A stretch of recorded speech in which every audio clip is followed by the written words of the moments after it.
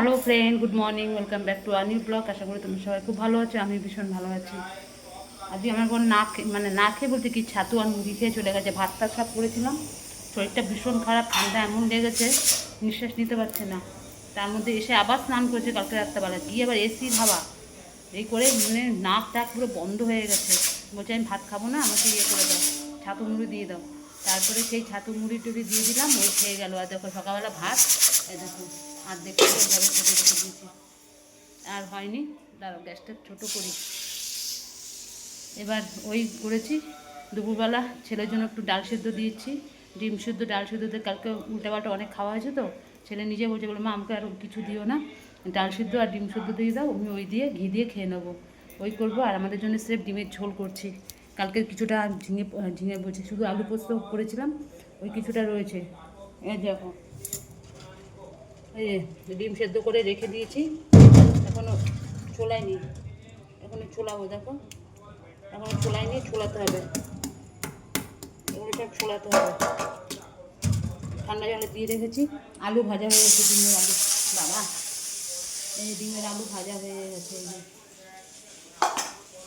ডিমের ঝোলটা করব, ডাল আছে, আলু পোস্তও রয়েছে, ব্যাস এই দিয়ে আজকে খাওয়া হয়ে যাবে।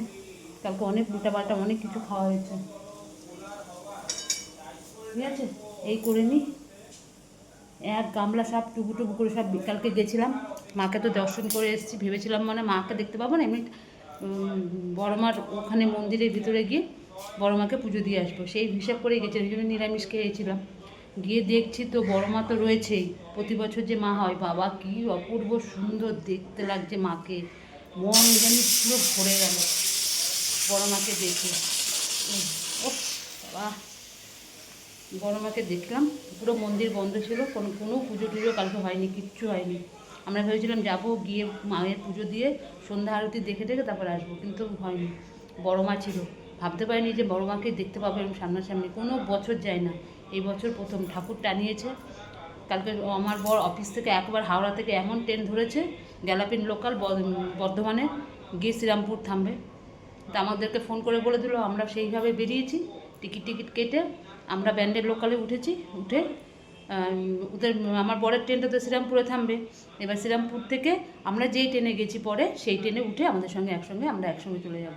আর ঠিক তাই, শ্রীরামপুরে নামলো, আমাদের গাড়ি শ্রীরামপুরে গেল। আমার বর ঠিক, আমি গেটের সামনে দাঁড়িয়েছিলাম, আমাদের দেখতে পেয়েছি, আমি বলে দিয়েছি কোন কামরায় আমি উঠেছি। একসঙ্গে উঠে চলে গেলাম নৈহাটিতে। বড় মাকে দেখার পর আরও যে কত সুন্দর সুন্দর ঠাকুর দেখেছি, মানে কিছু কিছু তোমাদেরকে আজকের ভিডিওতে যাবে, দেখতে পাবে, কিন্তু গান টান হচ্ছিলো বলে ওখানে মিউট করে দিয়েছি। বিশাল বড় বড় এক একটা ঠাকুর, বিশাল বড় বড় ঠাকুর, মানে কি বলবো, এরকম করে দেখতে হবে, কোনো ঠাকুর এরকম নেই, এরকম সব এত বড় বড়। আর তেমনি লাইটিং, তেমনি প্যান্ডেল, অপূর্ব অপূর্ব। গিয়ে মন ভরে গেছে দেখে টেকে। তারপরে কাঁচরাপাড়ায় গেছি, কাঁচরাপাড়া ওখানে অনেক ঠাকুর হয়েছে, ঠাকুর দেখে ফুচকা টুচকা খেয়ে, কাঁচরাপাড়ার ওখানে জায়গা আছে, ফুচকা খুব বিখ্যাত, ওখান থেকে ফুচকা টুচকা খেয়ে আবার নিয়ে তারপর বাড়িতে এসেছি, তখন কটা বাজে, 11:30 বেজে গেছে, বুঝতে পারছো। এসে তারপর আমরা সব খাওয়া দাওয়া করে ব্যাস, ওই যে ঘুম কোথায় যে চলে গেছে, যে অনেক দেরি করে উঠেছি ঘুম থেকে। এই হয়েছে, গা হাত পাগুলো ভীষণ ব্যথা, আমার বর বলছে আমার গা হাত পা ভীষণ ব্যথা। ওই করে তাও অফিস যেতেই হবে, কিচ্ছু করার নেই। একটা দিনও অফিসে ছুটি পেলো না এই কালী পুজোতে, একটা দিনও ছুটি পেলো না, চলে গেল অফিসে। তাও তো আমরা দুপুরবেলা খেয়ে দিয়ে একটু শুতে পারবো, আমার বর তো সেই রেস্টটুকুও হয় না। আর কী করা যাবে, পরের কাজ করতে গেলে এরকমই হয়। যাই হোক যাই, এবার ডিমটা ভেজে নিয়ে ডিমের ঝোলটা করে নিই, দেখতে থাকো।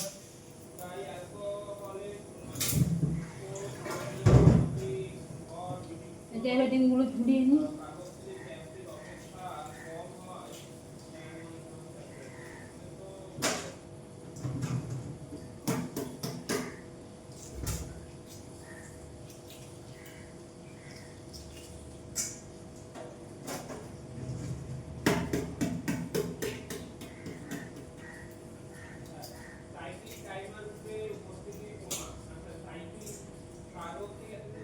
ভেবেছিলাম মাছ করবো, কিন্তু আমার আর ভালো লাগে না ছুটিতে, এই মাছ কাটা টাটা অনেক ঝামেলা, ওই জন্য ডিমের শর্ট হবে, মানে তাড়াতাড়ি হয়ে যাবে। ডিম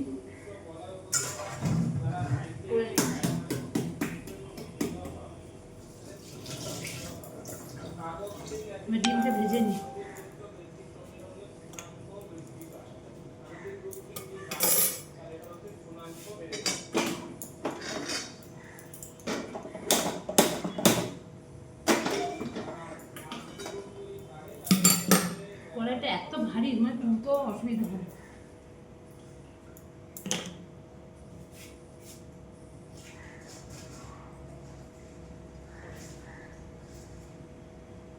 তেলটা গরম হোক,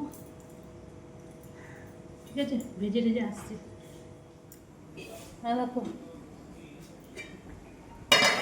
ডিমের ঝোল আমার হাত থেকে হয়ে গেছে। এই জল কষিয়ে জল দিয়ে দিলাম, এই যে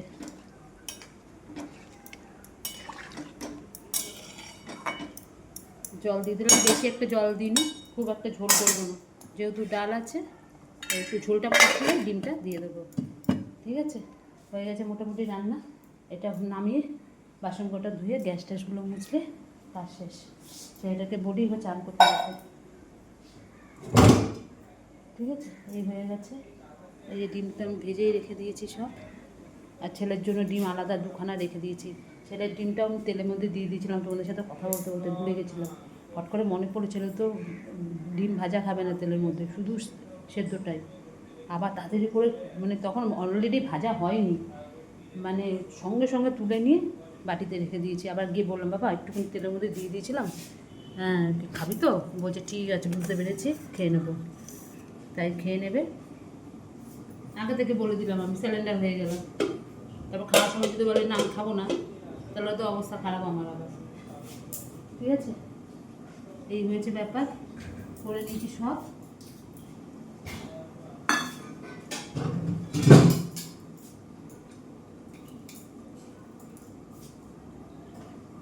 ছেলের জন্য ডাল সেদ্ধ বসিয়েছি, এই যে ডাল সেদ্ধ হয়ে গেছে, সেটা রেখে দিই বাটিতে।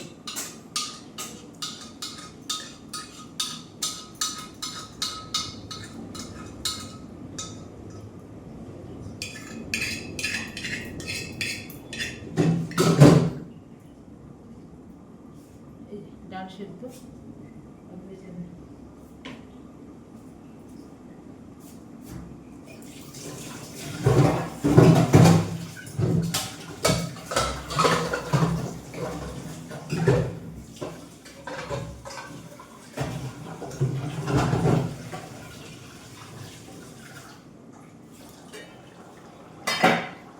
ঝোল ফুটে গেছে।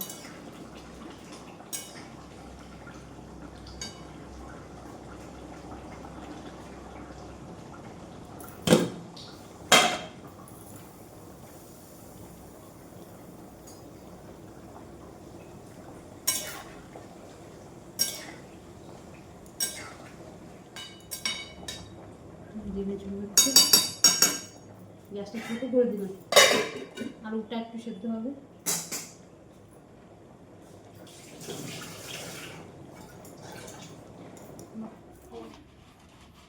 সাইকেল নিয়ে যাবি তো? এই ছেলে চলে যাচ্ছে পড়তে, এখন 7টা বাজে। এই চলে গেল, ছেলে চলে গেল তো পড়তে। দেখো জামাটাকে কোথায় রেখে দিয়ে গেছে।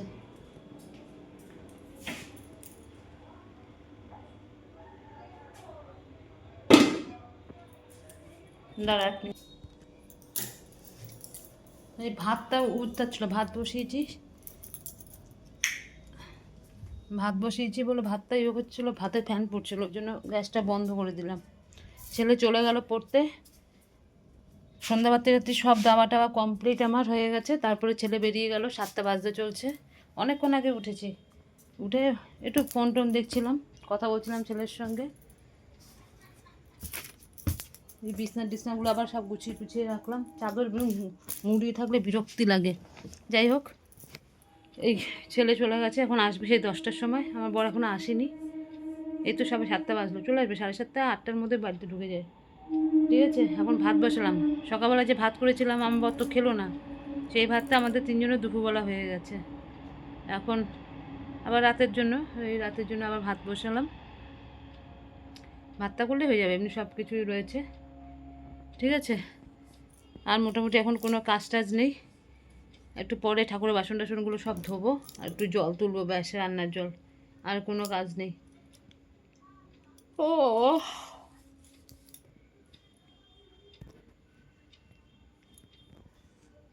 কি মশা! ঠিক আছে, এখন রাখছি, আবার পরে আসছি। এখন ঘড়িতে 9টা 15 বাজে। আমার বর চলে এসছে তখন 7:30 পৌনে 1টার সময়। এসে হাত মুখ ধুয়ে টুয়ে একটু চা বিস্কুট টিস্কুট খেয়ে ওই যে একটা ঘুম দিয়েছে, এখনও পর্যন্ত ঘুম থেকে ওঠেনি। বুঝতে পারছো? অন্যদিন এসে সবার সাথে গল্প টল্প করে, আজকে এসেই শুয়ে পড়েছে। মানে শরীরটা যে এত খারাপ। এই যে এই ঘুমোচ্ছে। আমি আর ডাকিনি, থাক ঘুমাক। ছিল এখনও আসেনি পড়া থেকে, 9টা 15 বাজে। 7টার সময়, 7টার আগে বেরিয়েছে। দেখি 9:30 বাজুক, আসুক, এসে কি বলে, কি খাবে টাবে দেখি। এই হচ্ছে ব্যাপার। আর আমি চুপ করে বসে বসে ফোন দেখছি, কী করবো? এসে ঘুমোচ্ছে, থাক, এত খাটাখাটনি করছে, ঘুমাক, আমি আর ডিস্টার্ব করিনি। ছেলে আসলে এখন তারপরে উঠবে। এই হচ্ছে ব্যাপার। আর কি করবো, আমি বসে বসে ফোন দেখছি। এখন তো মোটামুটি কোনো কাজ নেই, ছেলে আসুক, কী খাবে তখন আবার করবো। এই সব দেখছি। আর একজন ঘুমোচ্ছে করে করে। ঠিক আছে, ছেলে আসুক আবার। 10:30 বাজে, এখনও পর্যন্ত ছেলে ঘরে ঢুকলো না। এতক্ষণ আমি রাস্তায় গিয়ে দাঁড়িয়ে দাঁড়িয়ে দেখছিলাম কখন আসবে। ও তো মন্দিরে যায়, কখন ম্যাম ছুটি দিয়েছে জানি না। সেই 10:30 বেজে গেছে। এখন আমার বর এতক্ষণ ঘুমাচ্ছিল, আমি টেনে উঠিয়েছেন, শিগগিরই যাও, ছেলে এখনও আসেনি, শিগগিরই যাও সাইকেল নিয়ে। ধর্মর করে তাড়াতাড়ি করে উঠেছে, হুঁশ নেই, এত ঘুম চোখে। তাড়াতাড়ি করে সাইকেল নিয়ে বেরিয়েছে। দেখুক কোথায়। ছেলেটা আমার ফোন নিয়ে যায় না তো, আমার এত যে অসুবিধা হয় না, আমার ধারণার বাইরে। মানে কী বলবো, দেখো এখনও পর্যন্ত আসলো না। কখন করব, কখন আসবে একটা চিন্তা লাগে না। একটা ফোন থাকলে ফোনটা করে দিলে হয়ে যায়। ঠিক আছে, দেখছি কখন আসে। আবার চলে আসলাম। ছেলে বাড়িতে ঢুকেছে তখন 10:40।